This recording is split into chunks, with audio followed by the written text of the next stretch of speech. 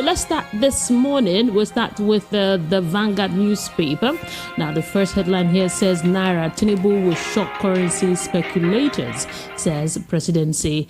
And CAN, PFN, JNI urge caution as ICC ranks Nigeria among worst persecutor of Christian in 2023.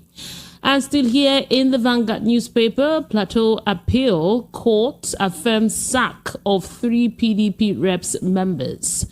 1 dies, 30 vehicles, 20 buildings smashed as landlord's election turns bloody. Ikotu daylight robbery, 25-year-old shot in the eye. And we still have a headline here in the Vanguard that says reaction trails a court judgment condemning Igbo custom on fatherhood. And now to the Daily Trust newspaper, gas scarcity persists in Lagos, Kanu others as price remains unstable. Appeal court sacks PDP senators, declares Lalong winner.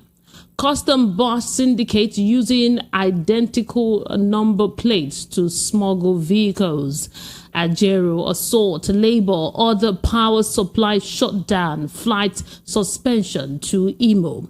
And still in the Daily Trust, Zamfara government wants me to lose my job, Matawela cries out.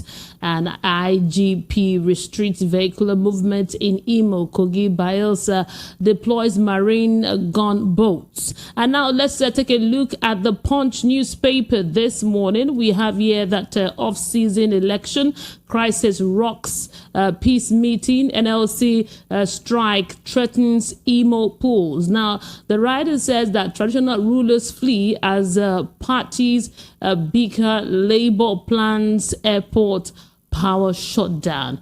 IG deploys new CPs, 3 killed in Kogi as INEC reject calls to remove Imo Rec. Car dealer gets fake alert, customers absconded during test drive. And still in the Punch newspaper, we have here that 5 jailed for circulating ex-speaker nude video, obtaining 35 million naira. ASU, VCS, fought federal government demands for varsities 40 IGR. That's in the Punch newspaper. Mohbad's widow testifies before coroner records singer's last moments. You get the story in the Punch newspaper. Nigerians lament as a Canadian embassy suspends Abuja operations. And still in the Punch, Israeli Hamas Senate calls for ceasefire. U.S. rejects Gaza occupation.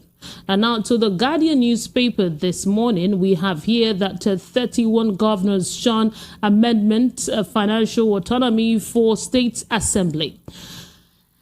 Israel-Hamas war, Senate nudges federal government on ceasefire calls. Now, the writer to that story says history will judge us all.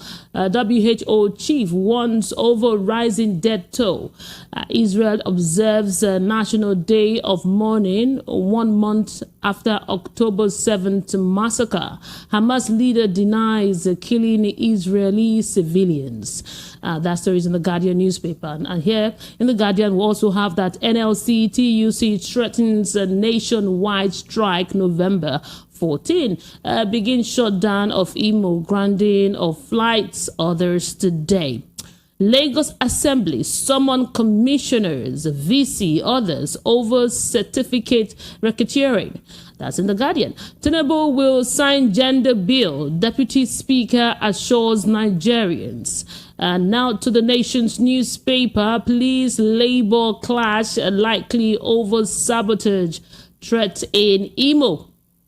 The writer says NLC plans power fuel cut. Instead, security won't allow lawlessness.